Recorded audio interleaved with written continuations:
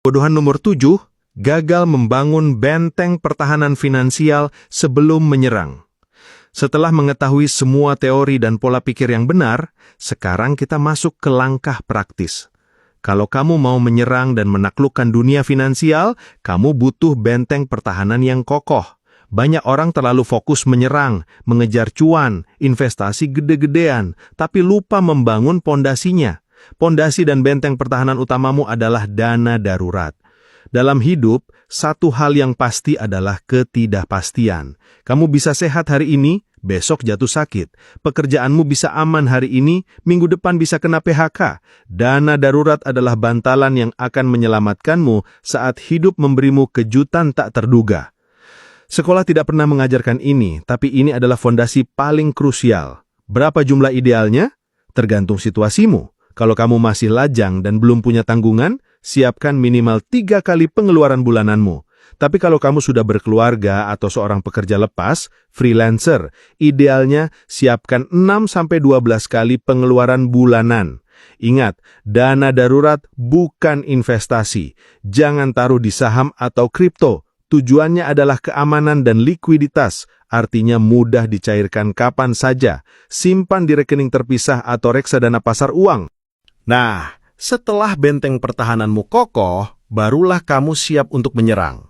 Serangan paling efektif untuk mencapai kebebasan finansial adalah dengan wirausaha.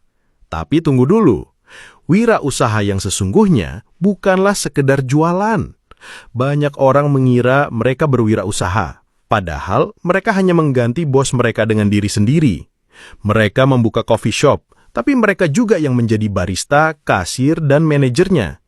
Jika mereka sakit atau liburan, bisnisnya ikut berhenti. Itu bukan pengusaha, itu pekerja lepas dalam bentuk bisnis. Wirausaha sejati adalah tentang membangun sistem. Sistem yang membuat bisnismu tetap berjalan dan menghasilkan uang meskipun kamu sedang tidak ada di sana. Bayangkan McDonald's, pendirinya tidak lagi membalik burger. Sistem yang mereka ciptakan berupa SOP, alur kerja, dan pelatihan memastikan semua berjalan dengan standar yang sama.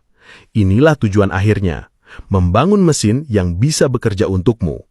Karena dengan sistem, pendapatanmu tidak lagi terikat pada waktumu, dan disitulah letak kebebasan yang sesungguhnya. Jadi, itulah tadi beberapa kebodohan finansial fundamental yang sayangnya tidak pernah kita pelajari di sekolah. Kita sudah membongkar semuanya, mulai dari apa itu uang sebenarnya, jebakan pendapatan aktif, sangkar emas kelas menengah, hingga perbedaan krusial antara aset dan liabilitas.